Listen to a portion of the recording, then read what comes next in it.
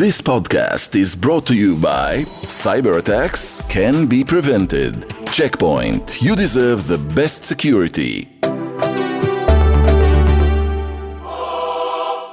Hello, everyone. Hi, Jonathan. One Hi, of us Yonit. is on vacation. We're not going to say who, but the one wearing the red trousers and T-shirt that says, I'm cool. No, this is not what you're wearing. I'm just making this up. Very definitely not wearing that. But yes, imagine us, or imagine me anyway, somewhere soaking up the sun and being on holiday, as I would say. That is how you find us. Right. No, how you find you, because one of us is still doing the news during the month of August. So sorry, I'm so laid back now that I just assume everybody is on vacation. It's unfair of me. Since Jonathan is on vacation, we will do what we do on this podcast, which is to bring you or remind you of some of our favorite conversations, the ones that kind of stayed with us and resonated with us that we wanted you to maybe have another opportunity to listen into. And we begin with really one of the standout guests we've had on the show. I think we both agree, but I think our listeners would agree. Editor-in-chief of the New Yorker magazine, journalistic legend, and crucially for the conversation we had, former Moscow correspondent David Remnick. It's amazing, David, because he's been the editor of this, the world's most storied magazine for decades, but had this whole other life as a really eminent correspondent in Moscow, and then wrote a fantastic book, Lenin's Tomb, about the last years of the Soviet Empire. And the reason and the timing was interesting because we spoke to him, didn't we, just before, on the eve of the Russian invasion of Ukraine. We knew it was coming, and both of us thought the man we want to hear from is David Remnick. Yes, and, I think that what he says, even though a few months have passed, obviously is so relevant to Putin's thinking and his, logic. And I think that is what is interesting in the conversation. Obviously, a lot of talk also, Jonathan, I remind you about the state of politics in the United States and in Israel. He says he's very concerned about both. He calls the state of American politics a prolonged emergency. And of course, doing what we tend to do here on the podcast, we dragged him to talk about his Jewish childhood. And he said something about not being a bagel and lox Jew, but taking it very seriously. He said, it's not a joke for me. I deal with these things very deeply. And I think that is part of this really interesting conversation that we had with him. I'm quite excited by our very special guest on the podcast. Yes, it took us, a year to bring him on? Yes, It did. It took us a year, but he has been a devoted listener to our podcast, which is why that adds an extra delight to having him on as our main guest. So it will be David Remnick, the editor of The New Yorker, the best publication in the English language. I hope I'm not insulting other publications in the English language. And we have so much to talk about. He is a Russian expert, and we want to talk about Russia, but we want to talk about a lot of other things about Israel and the U.S. and the Jewish world and the New Yorker itself. I think we have a lot to talk about. David Remnick, I think probably one of the most highly regarded journalists in the world. And my formulation is that The New Yorker is the premier weekly magazine in the world, thereby passing no judgment on other perhaps daily newspapers. But yeah, a huge privilege to have David Remnick on Unholy. David, we are so honored and happy that you're on Unholy. I'm delighted to be here, your loyal listener. And we're so glad to hear that. We will quiz you at the end of our conversation about our different episodes. And I would pass, I think you will. I think you will. We want to talk. I want to kind of start out with talking to you about Russia. Obviously, I don't know if you'll shy away from this title, but you are a true Russian expert. You were, as I said, the Moscow correspondent at the age of 29, I believe, and you follow Russia to this day extremely closely. You wrote recently in The New Yorker a piece titled Putin's War Game. And you write of the Russian president, increasingly he has become the philosopher and enforcer of the authoritarian rule. To what end, David? To put it quite plainly, what does Putin want? Well, what does Putin want? Like Freud said, what do men want? Vladimir Putin is posing himself, and for many years now already, as the clear-eyed realist of the way the world works. And his entire rhetoric is around how hypocritical the West is, how hypocritical liberalism is, how the West, and particularly the United States, poses itself as a liberal society. Look at all the problems they have, whether it's poverty, income inequality, and they're a social mess. He's a social conservative. He makes fun of the notion of gender fluidity, for example, much less homosexuality. There's disdain for that that's open. He is posing himself as a kind of social conservative against a West that's gone way too far toward decadence. That's one thing. And he has made it plain that his predecessors were far too weak in the face of Western triumphalism following the period of 1989 to 1991, which is when I happened to live in Moscow. That the whole business of Francis Fukuyama and all the social arrangements of the world are now settled into a kind of liberalism, to him is baloney. He is the ultimate man of interests. And what you're seeing now on the Ukrainian border, whether he invades or not, is an attempt to reassert Russian power, Russian greatness. He has managed to establish an image for himself all over the world as the ultimate competent leader, even though Russia, in fact, is quite poor. And it's, if you think there are oligarchies in the West, well, you've never been to Moscow. So that's just the beginning sketch of it. What interests me is, first of all, that you managed to get through that answer without making the Freudian slip that I often make, and I've even noticed in an earlier interview years ago that you did it too, which is you didn't describe it as Soviet, or you didn't talk about the Soviet tradition or something like that there. Well, it's been a long time. It's been a long time since Soviet. Except though, people sometimes do it where they're talking about Russia, they move seamlessly to the Soviet Union. But Jonathan, here's the one thing that Vladimir Putin never cared a damn about is communist ideology. The people in the West were obsessed with communist ideology, communism, Bolshevism, and all the rest.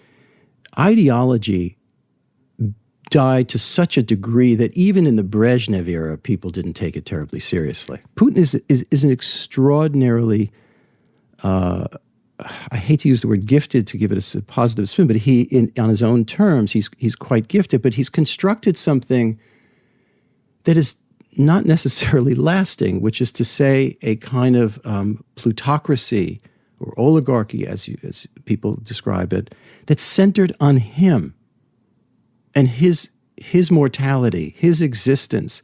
Everything funnels through him at the top. So one hears, for example, that there are Russian generals at serious ranks who think it is the height of craziness to think about invading Ukraine for all kinds of reasons, military reasons, domestic economic reasons, and so on.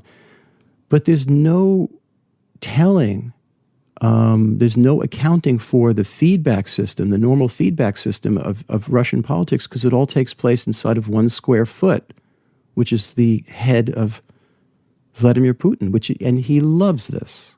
The interesting thing, we're looking at it from the outside, and everyone is using this traditional war jargon, right? It's like missiles and tanks and soldiers and invasion. All this is, of course, consequential. But if Putin is anything, is he's proven to be so sophisticated in the way he operates, right? In cyber warfare, in poisoning his political opponents, right? He has a lot to do with what happened in the US in 2016, a lot to do with what happened in the UK in 2016 with Brexit.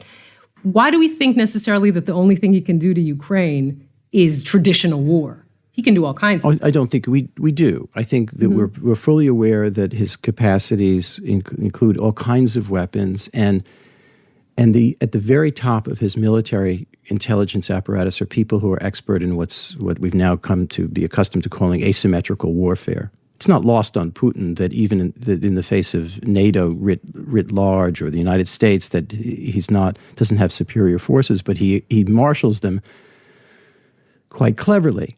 And I think the West's reaction this time around, as opposed to 2014, is a determination to not be, won't get fooled again, as the old song goes. That what happened with Crimea was a surprise. It took the West by surprise. One day Crimea was Ukrainian, and the next day there were the so-called, remember the little green men, the unmarked soldiers that everybody in Russia pretend we have no idea who these people are. Maybe they got the uniforms from a fancy dress store, I think. Exactly, or the Philadelphia Eagles or somebody, from that have a green background. And then within a matter of days, it was very clear who it was, and the population was marshaled in such a way to keep it quiet. Ukraine is extremely poor, and it was accomplished. And so, of course, he has other weapons. He could easily try to declare victory through means other than, sending missiles and tanks into Kiev. I'm struck by your observation about it's all about the 1 square foot of Putin's brain, because much of the commentary describes, Russia wants this, Russia wants that. And the thing that's missing, I think, from a lot of the coverage is what Russians want. We know what he wants. But that's the whole... Right. But from your sense of it, what do you think, is there any Russian, as opposed to Putin, appetite for the grand sphere of influence, for Ukraine itself, for the kind of imperial reach that the Soviet period, the Tsarist period entailed for Russia? Do ordinary Russians still have those needs and wants that Putin very cleverly plays to? Or is this really him? Not in a cartoonish way, no. I think most Russians, like most human beings, crave fairness, stability, economic well-being, the security of their children, healthcare, all those kinds of things. I don't think Russians wake up in the morning and think about the reestablishment of the Russian Empire or the Soviet Empire. But remember a crucial difference here. As chaotic and as screwed up as our own information systems are in Britain or the United States or Israel or wherever, because for all the factors that we know, it is immensely different in Russia. That discourse, to use that fancy word of the moment, discourse is so distorted by the Russian government's control over so much media, particularly television, which is so dominant. And it's very much harder matter to control the internet, but even so-called liberal outlets in Russia, like Meduza, which is a terrific online outlet, or a television station called Dosht, which means rain, TV rain. They have now are branded by order of the government as foreign agents.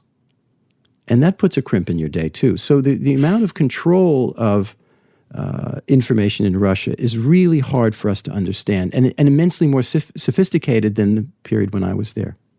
Immensely more sophisticated. You watch Russian propaganda TV a lot, right? Do I watch it?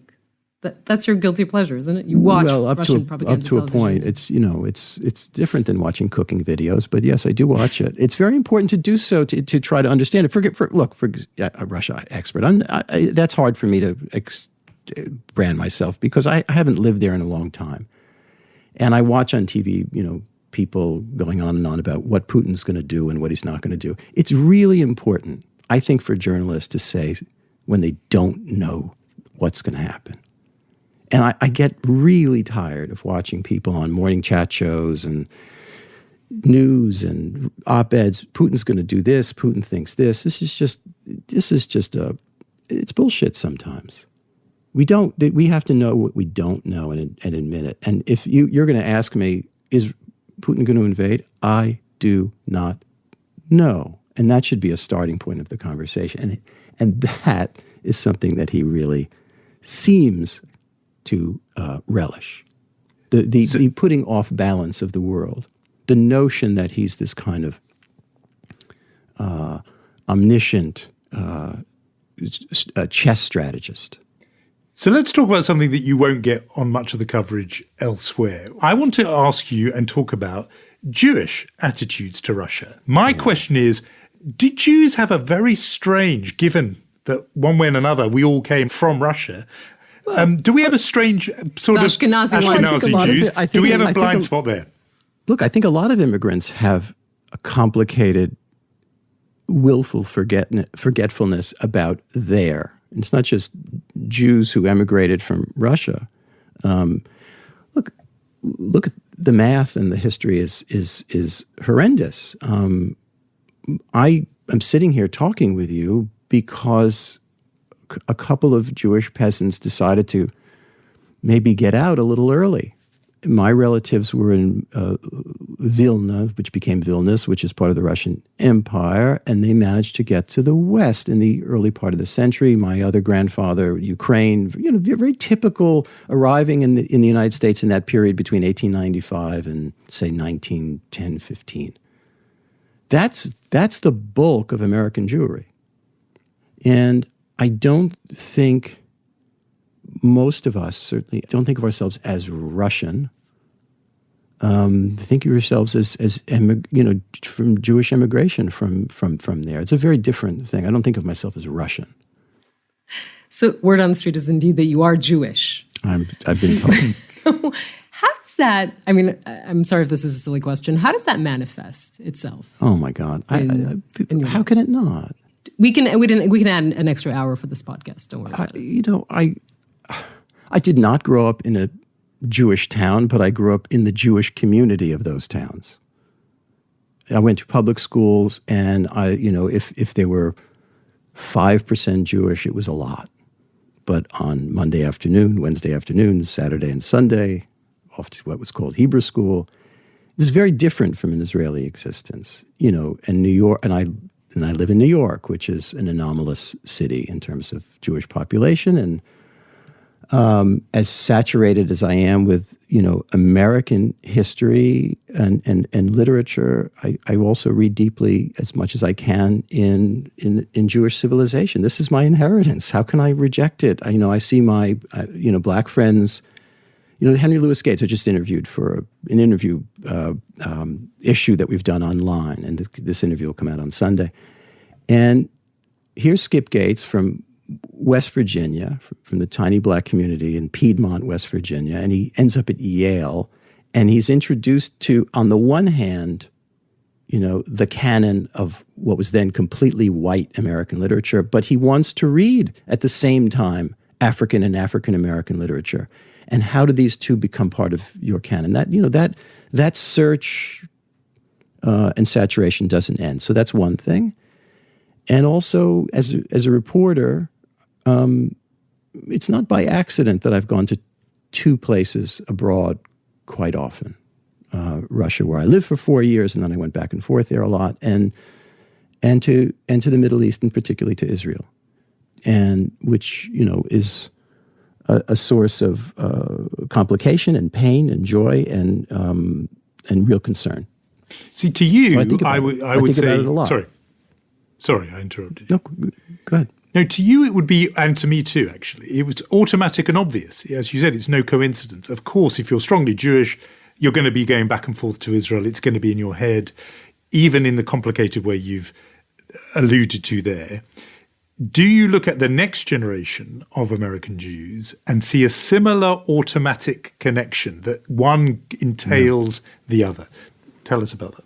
No, and that's a source of great concern to me, and I think it would be a source of great concern to Yonit and the Israelis. I think, but some Israelis that I hear from, in fact, obstinately think it's no concern at all. I live in a kind of mixed Jewish existence in the sense that my wife's family is modern Orthodox, and some of them live in Israel. And let's just say that their views, I don't want to caricature them, are distinctly more right-leaning than my own.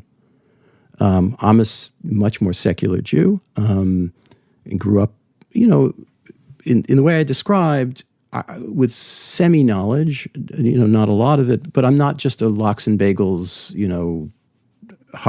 jokes Jew. It's something that's very serious and permeates my thinking and reading and concerns and all the rest. And I am deeply concerned about the present situation, not only in my own country, deeply concerned, but also about Israel. I think each in their own way face historical and moral dilemmas and crises that we risk shoving under the rug for the sake of today's seeming stability. And I think we know what we're talking about here. And I worry that particularly the more secular Jews in America, younger generation, see Israel, and this is going to be a painful thing, but it's not a new thing for any of us to hear, as a source not of pride or affection, but of embarrassment and of embarrassment because of the obvious, because of the Israeli-Palestinian issue. And some of the young are very knowledgeable about it, and some are not.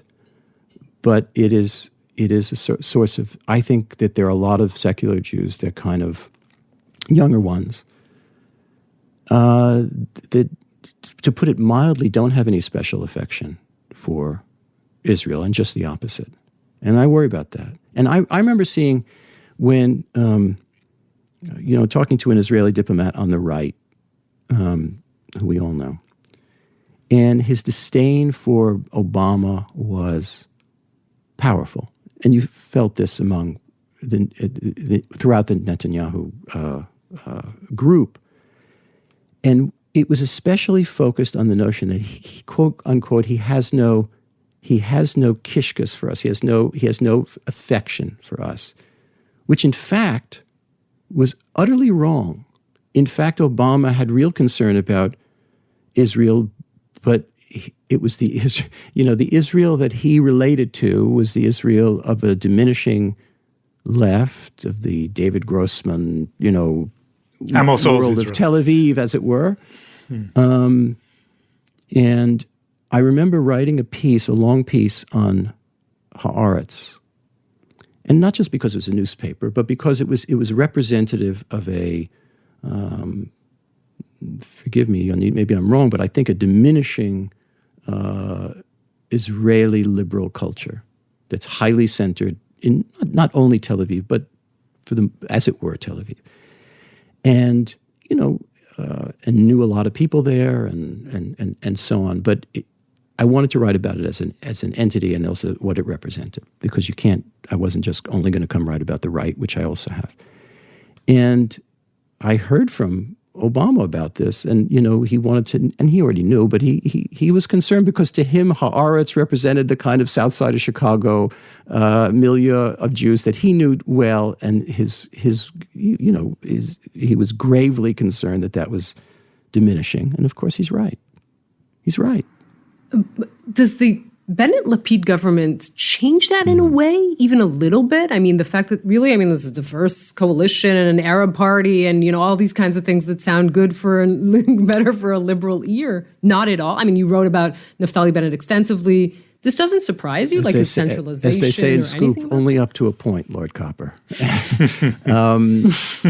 Yes, I think, look, Netanyahu represented a level of obstinance and also deception, too. This occasional,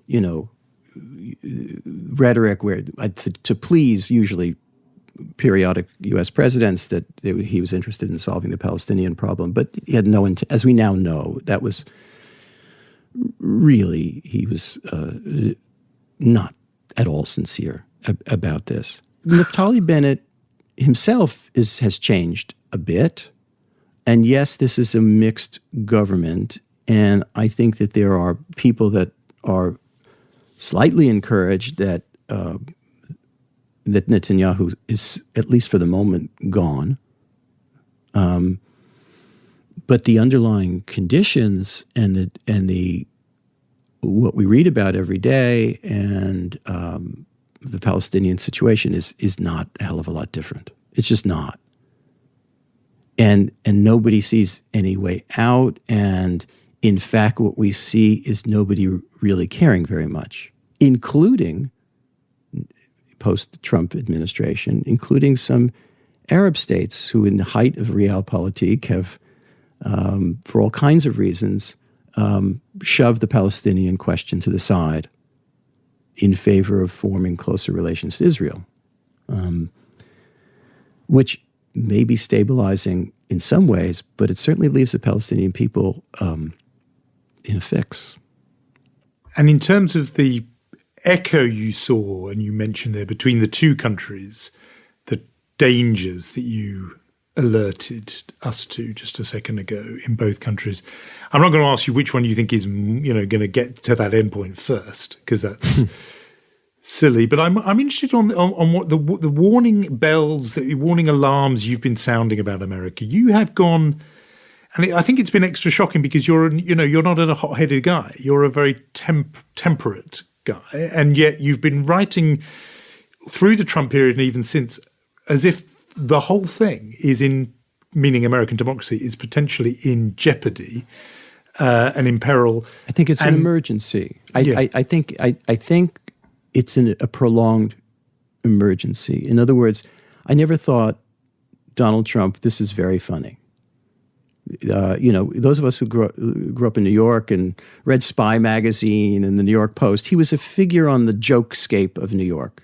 He was like Leona Helmsley or Page Six kind of thing. Page Six clownish figures in the New York lineup. Yeah, but no, he my great grandmother, who was married to what I call the last Jewish Adolf, was in. They lived in Coney Island in Trump housing, and the old man would release these balloons over the beach in Coney Island, and the balloons would pop, and you'd get a $15 discount on your apartment. And these were scam artists, racist scam artists, and who made it kind of big in a glitzy way in New York. But I have thought from the first that he was an emergency, and on election night, I was at one of those parties you go to because I wasn't kind of working. We had all our Hillary Clinton pieces lined up and ready to go for the first woman president, da-da-da-da. To be sure, she is not this, but okay. Yes. So all those pieces were lined up to be released on the web at, the moment, Ohio was called or whatever the hell it would be. And of course, by about 9-something, it was obvious we were in trouble. So from a journalistic point of view, I happily had my laptop, went into this person's kitchen and wrote furiously a piece that was, you're right, far less temperate than I'm usually accustomed to. And it was called An American Tragedy. And it was unbelievably pessimistic about Trump. And the real fault of that piece, it wasn't nearly, it didn't possess nearly enough dark imagination to match what the realities would be, how insane the next 4 years would be, how malicious, how malevolent they would be. And the legacy they've left, I think, is even worse, even if he's never elected again. What if he is in 2024? Can we not go there? But it's a real concern. You're 100% right, Yonit. I mean, he could be. He could be. Joe Biden is not in a strong position. People are elected. I remember George H.W. Bush, who was a reasonably popular president, and there was a kind of downward glitch in the economy, and there was also a third-party candidate, Ross Perot, and that helped Bill Clinton win. It's not because Bill Clinton was some unbelievable political magician. The conditions were right at a certain time. Shit happens, and it happened. It could break that way because you have a country that's just in a distorted state of mind, a large part of it. We don't trust elections anymore. I live in a country that too often has a weird notion of itself as exceptional in so many ways and permanent, as if political systems are permanent, as if reasonably good times are permanent. And one of the things that happened in the mid-'60s is that for the first time in this constitutional democracy, we had the chance of having a multi-ethnic democracy, which is to say you had voting rights and the Civil Rights Act were passed. But it is entirely conceivable for all the factors about voting, about the direction of the Republican Party, about many other factors, that could be short-lived. And do I expect there to be a civil war with people in gray uniforms and blue uniforms in Antietam and, a replica of the mid-19th century? No, I don't. But look, politics and the destiny of a country can turn very, very quickly. In the late 80s, early 90s, look at Israel. Things were going quite well and then you started to have this kind of counter-revolution and the Netanyahu campaign and the incitement of a community. That assassination of Rabin did not come out of nowhere. I'm not saying millions pulled the trigger. That guy pulled the trigger. Amir pulled the trigger. And the repercussions of that assassination in Israel are immense. My concern is that January 6th, which had precursors in things like the McVeigh bombing in Oklahoma City, and the rise of white nationalist politics and militias and the normalization of that kind of political dialogue and political culture is unbelievably corrosive and could lead us to bad places. I'm not saying we're going to resemble somewhere else, but the notion that somehow history is just one giant curve upward is a fairy tale. So I didn't mean to come bum you out, but I don't think I'm delivering any special news. I just want to say that the mood was changed because of Jonathan. It is his problem. Yeah. No, okay. Just to put the blame where it should be. Can I ask about, as a paying subscriber, can I ask a little bit about The New Yorker? Is that okay? I think I'm entitled to ask. Are you having trouble opening the subscription on your end? I'm waiting for my tote bag. I swear to God, people will send me emails and say, I'm having trouble, and I get on it. I'm a full service editor. I want to hear the top man. I want to see the top man. That's another very Jewish thing, right? Exactly. Let me complain to the top man. Get me the manager. Exactly. C'est moi. So as the manager, I mean, you've been the manager for 24 years. Yeah, don't tell anybody. As editor. I mean, you have managed to preserve The New Yorker as this, symbol of excellence. It really goes against the trends in media, right? I mean, there are the 10,000 word pieces, the reporters that work for months on a story, the small yet dedicated army of fact checkers. How does all this sustain itself? I mean, the Jewish mother in me wants to ask, David, do you need any money? But really, I mean, how is as this? As long as you're subscribing, you need. Just don't up the subscription is what I'm trying to say.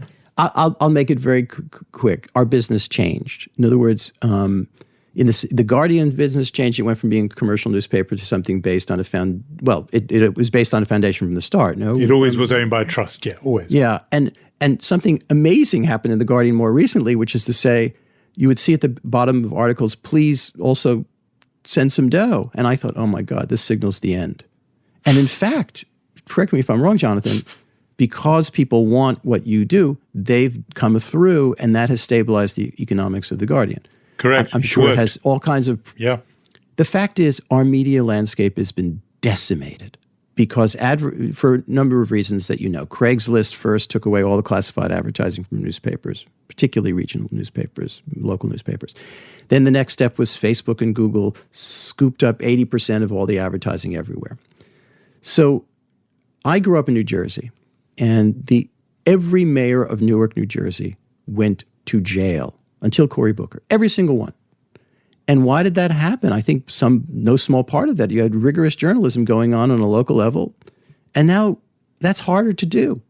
In fact, it's damn near impossible. There are all kinds of, But what you've had is that a small number of publications at the top, the New York Times, is the most blatant example, have been basically able to say, look, advertising's dried up, but you, dear reader, particularly you, prosperous reader, need to pony up if you want this thing at this level. I'm thrilled about the New Yorker's success. I'm thrilled that we're able to do what we're put on earth to do. What concerns me is who's going to send the corrupt judge to jail, who's going to cover the coal industry in West Virginia. When you took the job as editor back in 1998, you were a prize-winning writer. Did you think, wow, I'm going to take the editor's chair, that means I'm going to give up? essentially being the reporter writer, but actually, as it's turned out, it's worked out fine and you do both? Or did you know going in, I'm going to be able to keep both of these plates spinning? I haven't kept both of them. I do write from time to time, but they're mostly short things. And the thing that I really loved doing as a writer were deeply reported pieces. I did maybe once a year, I've done something like that. I have a complicated life. I can't get up and go take a vacation like a normal person. My wife and I have 3 kids, and one of them is really very profoundly autistic. And so we can't just get on an airplane and go to France for a week for a break. It just doesn't work. And so my way of getting away a little bit was, to to come to Israel and report about the rise of Naftali Bennett. And, it's an odd life, but that's the one I've got, and I'm deeply privileged. Let me just ask you about 2 interviewees. I have to ask you this because sure. A question in my mind when Leonard Cohen died was, who was the definitive or most Jewish artist of the 20th century? And in my mind, it was a competition between him and Philip Roth. And as it happened, you spent quality time sitting down with both of them. Yeah. And so I want to know if you saw anything in the 2 people had in common, if there was some kind of golden thread between them, what might it have been? Talk. The love of talk. Leonard Cohen was the best storyteller and a real literary and spiritual searcher. Very deeply Jewish, and at the same time had this kind of Buddhist search, and he would go away for long periods and study and exist as a Buddhist monk. Philip Roth was the opposite. Philip Roth thought religion was ridiculous, but of course he was extremely interested in things Jewish. I mean, read the books, read Operation Shylock, read almost anything. But that's cultural, and religion just did not interest him one bit. Other things did. I think your piece on Leonard Cohen is my favorite David Remnick piece. Well, it's very kind of you. But he did. Yonit, he did all the work. Sometimes you do a piece and you're squeezing it out and you're getting little bits from them, and then you're using your entire brain. 3/4 of that piece, I think I used a tape recorder. He did all the work. And you compared him to your mother, right? There's a whole paragraph in which he suggests food. There was a bit all of kind, food and you say stripping. There was a lot of, would you like a bagel? Would you like a piece of herring? There was a lot of that. He may just edge it. In my little competition in my head with Philip Roth, the fact that he was stupping you with food, I think maybe means that he wins that sort of celestial competition. I think it's quite possible. Between and Leonard Cohen, in the annals of politics, did one of the most sensible things I've ever heard of, which is to say, he died on election day before he knew the results. Yes.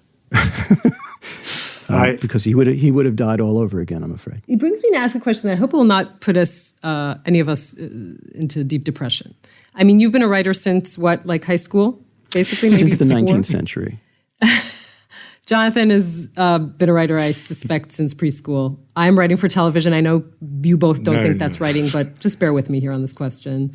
We have a great profession. It's standing in the sidelines and writing about the world. Does it matter, David? Does being a writer, is it important?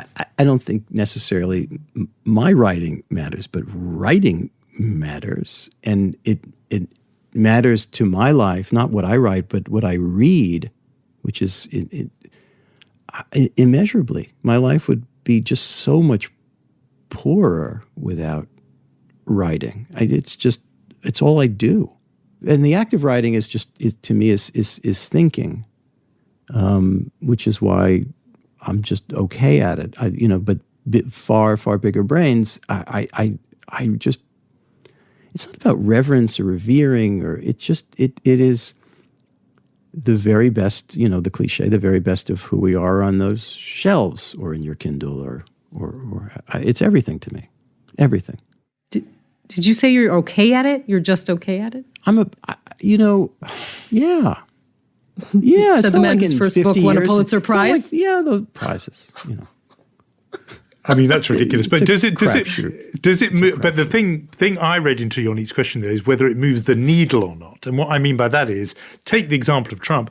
we were all writing and writing and writing, and the New Yorker was publishing brilliant pieces dissecting Trump and leaving him in shreds, and still he gets elected anyway. Yeah, that's true. That's true. It can't do everything. It can't do everything. But it's what we have. It's what we've got.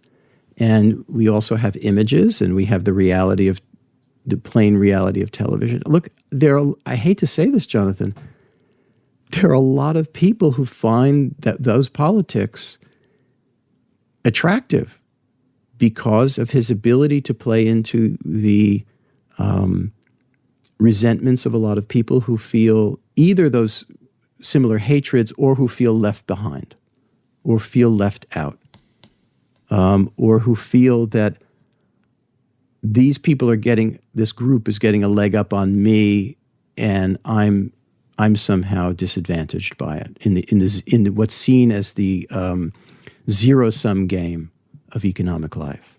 And his ability to play into that can't be completely defeated by a swift sentence or a well-crafted paragraph or thought. But it's what we've got. I can't let you go without asking you. I mean, this has been definitely crazy 2 years. And I assume everyone has been working from home. Television, we were lucky enough to have still this newsroom, and people still came to work. So you had the exchange of ideas, or yelling of ideas because it's Israel, but you know what I mean. How does the New Yorker work if there's no physical presence of people in the office? Does it still work the same? Well, thankfully, when we all went scurrying for home in what was it, the winter of 2 years ago, we didn't know how we were going to do it, but it turned out that we had just enough technological apparatus and know-how to get it together, and we haven't missed a week or a day.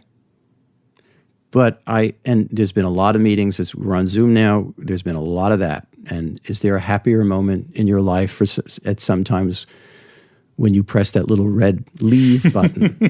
Because it just ain't life. It's just not. And I fully expect that we'll be changed by this experience, and that work life will be more flexible, and this will have touched our experience going forward. But I really do miss, even crave, not just for the convenience of the manager, but just to crave, three-dimensional conversation and, the incidental conversations that happen in a newsroom or in an office or in a theater or whatever.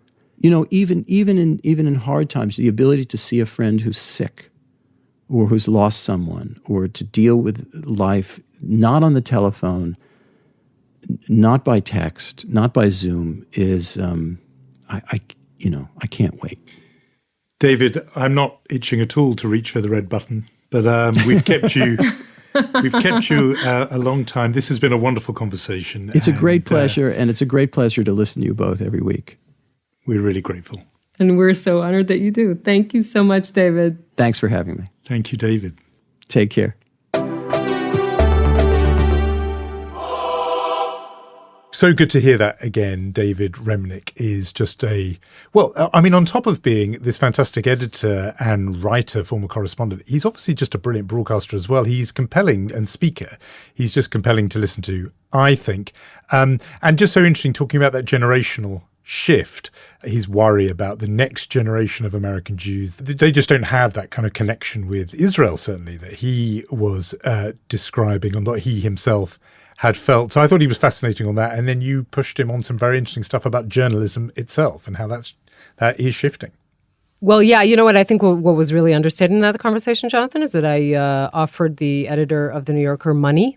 You didn't notice that, did you? In the form of an extra subscription, but still, I mean, obviously we were wondering about where journalism is going and how in this world you can still survive with a magazine that tries to keep those standards, right? The 20,000, 30,000 word pieces. I, again, was quite concerned, the things that he said about Israel, and you mentioned that, the younger generation, the fact that they're detached from this country and what that means for the future of the country I live in. Obviously something to talk about more in our third season coming up up soon. But yes. Yeah, and also I think it's just always interesting, isn't it? It is worse than, there's love, there's hate, but the worst thing, the most difficult thing to deal with is indifference. And I think that's what he was talking about, just a disconnection, not following it, which I think there's been a lot of focus on people who oppose or are against. What he was saying is this is a more difficult challenge, is that a generation who just are switched off. Yes, I seem to recall, I don't want to send our listeners to more homework, but I seem to recall your beautiful response to David Baddiel when we talked about the same topic, and he tried to say something about how he's a non-Zionist. He doesn't want to mention or talk about Israel, and you said to him, well, you can't do that because you're Jewish, and this is the most important Jewish culture center of the world. I would urge people to go back to that part of the conversation. So that was our conversation with David Remnick. Next week, another one of our favorite conversations. Keep enjoying your vacation, Jonathan. And to our listeners, thanks for tuning in. And next week, another treat for you. See you then. This podcast is brought to you by Cyber attacks can be prevented. Checkpoint. You deserve the best security.